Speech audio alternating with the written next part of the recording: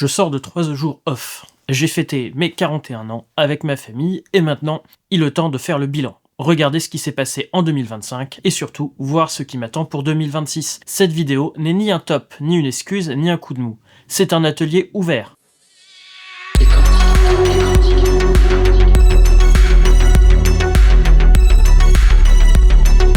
Bienvenue donc sur ce vlog de Tech Antique, chaîne où l'on parle des technologies antiques et atypiques. Ici, on va parler des coulisses de la chaîne, de ce qui a marché, de ce qui a moins marché et de la direction que je veux prendre cette année. Alors, 2025, c'était le cap des 10 000 abonnés. En 2025, la chaîne a plus que doublé pour dépasser les 10 000 abonnés. 10 000, c'est peut-être un cap important, mais c'est un premier aboutissement et surtout, j'espère que c'est juste le début. Les vidéos de 2025. Cette année, j'ai travaillé plusieurs vidéos historiques. 1989, Windows 95, Windows NT 3.5, et j'ai parlé d'objets cultes. Les Polaroid, les disquettes, les Gotek, les Boombox, de la cassette avec le club cassette, et aussi quelques curiosités. Des vinyles, des CD un peu étranges. Globalement, ces formats ont très bien fonctionné. C'est peut-être grâce à ça que j'ai eu les 10 000. J'aime faire ce genre de vidéos, et vous me l'avez bien rendu.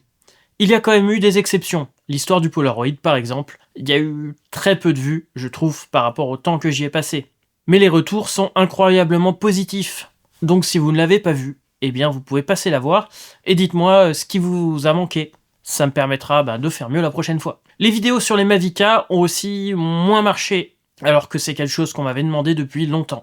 Comme quoi, entre ce qu'on me demande et ce qu'on regarde vraiment, il y a parfois un monde. J'ai tenté un format news rétro, ici et sur la chaîne photo. Donc Photantique et Tech Antique. C'était fun, mais très chronophage. Les news tech ont bien fonctionné. La partie photo, les retours étaient bons, mais très peu de vues. Pour la suite, je pense intégrer cette partie photo-là directement dans ces news tech rétro, avec un chapitre dédié, pour ceux qui veulent passer cette partie-là. Il y a aussi eu les gros projets. Le photobooth, la caméra Super 8 numérique, et c'est pas terminé. Je vais les terminer, donc, dans les semaines qui viennent. Les caméras Super 8 doivent être testées fin février pour être présentées au festival Expérience du laboratoire de cinéma du 8 au 10 mai. Sur la vidéo sur le Super 8, sur cette partie 2, je vous parlerai de mes expérimentations ratées, de comment j'ai cherché, ce que j'ai trouvé, des compromis que j'ai dû faire, et donc de ce qui marche à la fin. Et avec la sortie du Camp Snap et du dernier Fuji, je sais que je dois faire autrement de ce que j'avais prévu au départ. Les dernières vidéos m'ont un peu déçu. En termes de résultats,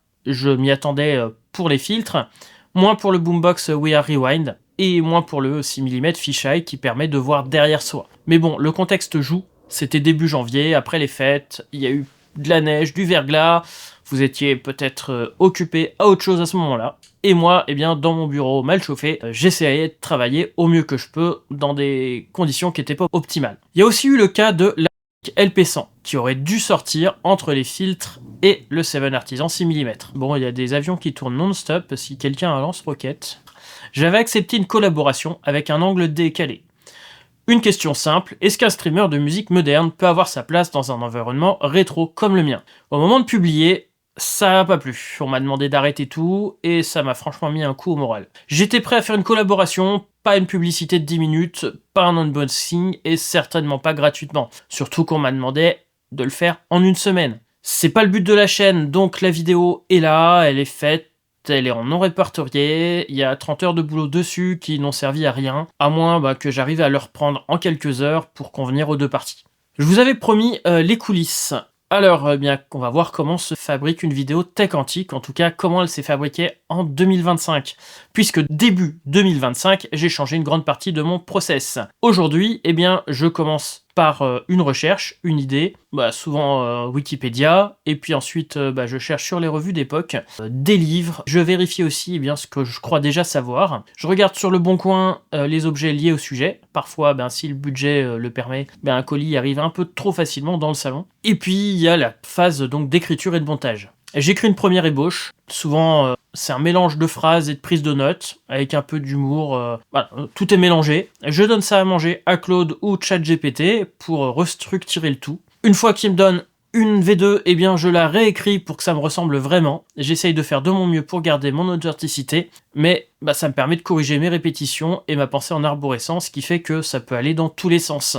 C'est pour ça que mes vidéos, il y a 4-5 ans, c'était un peu la catastrophe. Je les relis à voix haute, je corrige, et enfin je tourne, je monte, et très souvent, vers 3h du matin, après le premier montage, eh bien je relis la vidéo avant de dormir et je me dis non, ça va pas, je peux pas publier ça, donc le lendemain, je corrige, je refais certaines parties, je cherche des illustrations, et je me rends compte qu'il y a des erreurs, donc à ce moment-là, eh bien je relis, je retourne, et je fais un deuxième montage, ce qui me permet eh bien, d'ajouter à ce moment-là les illustrations, et souvent, eh bien, je repère encore des erreurs au moment de mettre les illustrations, et à ce moment-là, j'ajoute une note, où je coupe des bouts de phrases. Et oui, parfois ça s'entend, parce que y a un A1 qui se transforme en une, ou là ou le, puisque j'ai changé de mot au milieu.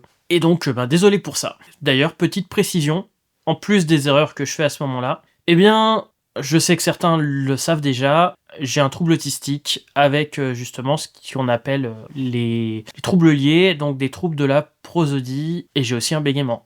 J'ai nativement donc un temps monocorde et des fois, eh bien, je bloque. Je dois couper beaucoup.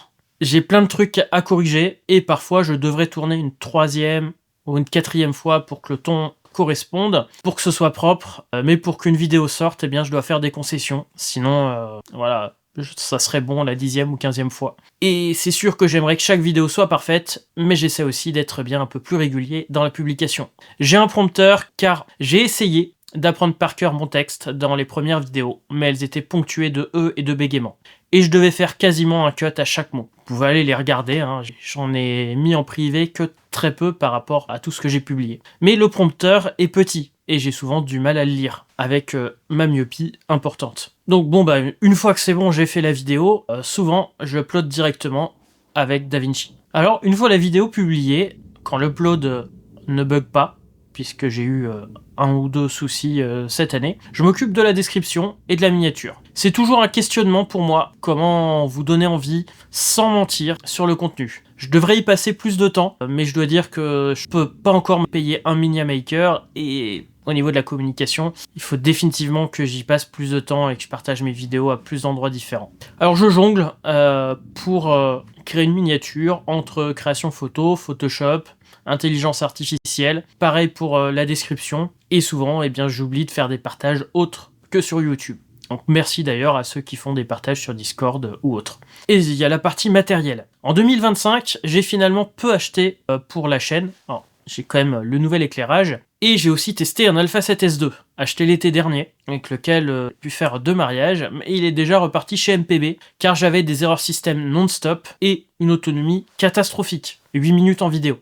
Ma caméra pour le facecam, depuis au moins 3-4 ans maintenant, c'est une grosse Sony Nex EA50. Cette vidéo d'ailleurs est peut-être la dernière vidéo faite avec. J'ai dessus donc un 17 mm TT Artisan manuel et un petit prompteur basique. Elle est fiable, avec un super son, même si là je suppose qu'elle enregistrera les avions qui commencent à me gaver, mais elle commence à dater. L'autofocus est quasiment inutilisable. À l'époque où j'avais monté des objectifs autofocus, elle me mettait dessus, une fois que je commence à tourner, le focus était dans les choux.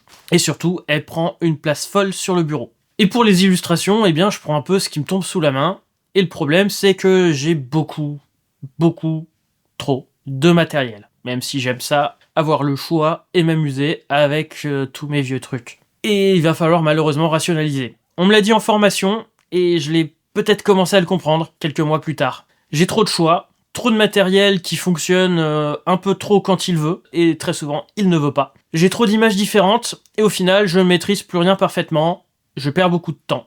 Et début 2026, je vais tenter de rationaliser. Pourtant, pour moi, c'est très dur, voire impossible de vendre, de me débarrasser. Bon, il y a sûrement une partie qui va finir dans ma collection, dans mon armoire derrière, mais bon, il y a quelques trucs qui vont quand même finir vendus pour réussir à financer la base du matériel que j'ai besoin. Mais pour continuer, il me faut absolument quand même un matériel plus fiable, plus simple et plus cohérent. Alors, pour la facecam, et peut-être pour une partie des illustrations, ça sera cette petite Sony ZV-E10 avec un Viltrox 15 mm. Et puis pour les illustrations, je vais essayer de me limiter à l'iPhone 12 Pro. Et on ajoutera plus tard d'autres trucs. Normalement, un nouveau prompteur Elgato, plus gros, plus fiable, plus solide, plus simple que mon truc. Et puis un Alpha 7C pour faire mes images d'illustration et surtout aussi pour faire des prestats photos et vidéos en extérieur. Pareil pour le décor, Vous voyez, il s'est bien vidé là, ces jours-ci. Tout simplement parce que j'ai décidé de remettre ça au clair, plus simple, plus cohérent, et pas tout qui tombe dès que j'ai besoin d'un truc dedans. Et au moins vous verrez un peu les différents thèmes de la chaîne en décor derrière moi. Et puis il y a la partie argent, puisque c'est un sujet qui peut faire peur, dont j'aime pas trop parler. Mais voilà, on va parler argent, de YouTube Money, et le reste de mon entreprise. En 2025, mon entreprise a fait environ 2500 €. C'est à peu près ce que je fais depuis 3 ans. Et 2500 € de chiffre d'affaires, ceux qui ont une entreprise vont peut-être tiquer. Oui, parce que j'ai fait 2 formations, 2 mariages, 3 projets vidéo, des dépannages informatiques et la chaîne YouTube.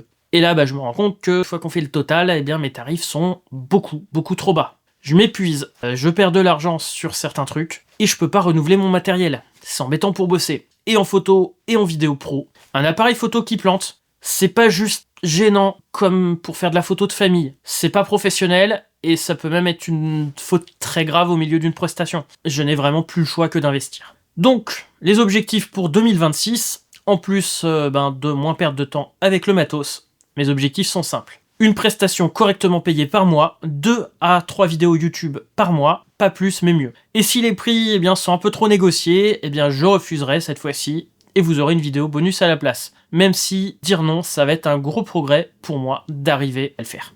Et au niveau du contenu de la chaîne, ce qui arrive en 2026, c'est juste une indication, mais ça reste pour moi une boussole. Il y aura le premier axe, donc l'informatique rétro. Ce qui apparemment fonctionne le mieux, ce qui vous plaît le plus. Et de toute façon, moi, sur les 3 sujets, ça me plaît autant. Il y a les Thomson, notamment TO-MO, Amstrad CPC et PPC, l'Amiga et l'Atari ST. Je vais aussi parler de systèmes d'exploitation oubliés, anciens, donc notamment OS2, BIOS, MenuE 64 bits, sûrement peut-être d'autres, on verra. Et bien sûr, la mini-série sur les années 90 à 92. Donc à chaque fois, une demi-heure. Le deuxième axe, c'est l'image et le son. Notamment, petite vidéo sur les amplis à lampe qui devra arriver d'ici peu, le fonctionnement de la cassette, avec cette fois-ci, la réalisation d'une électronique d'un lecteur, petite création. Les lecteurs CD modernes en 2025, pareil, ça arrivera très vite. Et les cassettes vidéo analogiques, dont les VHS, et ce qui va avec, les caméras analogiques et argentiques. Et puis enfin, le troisième axe, la création personnelle. La caméra Super 8 numérique. Pas à pas, je reviendrai donc sur mes erreurs, mes recherches, mes compromis, des restaurations et du rétro gaming. C'est pas ce qui me plaît le plus de jouer, mais par contre, ce qui me plaît, c'est de voir comment ça fonctionne, et éventuellement de bidouiller des machines sur lesquelles on peut jouer à des anciens jeux, notamment avec le SP32, la Raspberry Pi Pico et le Mister FPGA. Oui, j'ai craqué pour la Mister. Et au niveau photo, il y aura aussi quelques vidéos sur la chaîne principale. J'essaierai de mélanger technologie et créativité. Une par mois, parfois moins, mais je vais essayer de pas faire plus. J'ai eu trop de nouveaux matériels à tester ces dernières années, et même si j'adore expérimenter et tenter plein de trucs, je me rends compte que pour maîtriser un sujet, une technique, un matériel, en moins d'1 mois, c'est impossible, ou alors c'est de la pub. C'est souvent d'ailleurs pour ça qu'on n'a qu'une semaine pour tester. Comme ça, on peut pas trouver les points négatifs. Je sais que certaines des vidéos feront moins de vues, je sais aussi que certaines feront moins de vues sur le départ, et elles le feront sur le long terme, mais elles existeront quand même.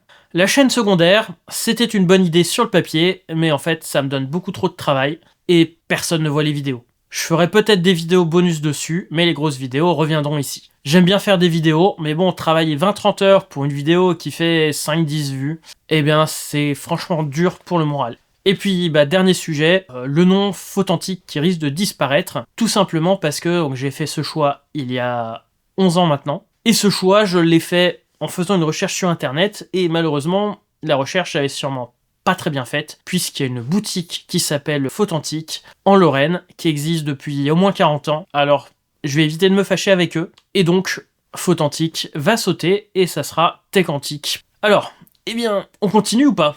Bien sûr que oui, même si je dois reconnaître que c'est parfois épuisant. Mais j'adore ça, et puis j'adore faire des recherches, des expérimentations, partager tout ce que j'ai trouvé, parce que ça serait dommage de passer autant de temps et de garder tout pour moi sur un papier. Tant que j'aurai des machines à comprendre, et j'en ai encore beaucoup, des histoires à raconter, je continuerai. Mais on va essayer de faire mieux, et plus sereinement. Je suis toujours preneur de vos retours, de vos commentaires, et merci aux membres de la chaîne avec leurs contributions. Ils m'aident et m'encouragent vraiment à continuer. Et vous comptez énormément, et franchement, ça me donne un coup de pouce non négligeable. La semaine prochaine, je parlerai normalement d'une machine qui n'a jamais été conçue pour jouer, mais que je tenterai de transformer pour une soirée justement rétro gaming qui va être organisée à Brantôme en Périgord. Et donc là-dessus, eh bien je vous dis à très vite pour la prochaine vidéo. Salut!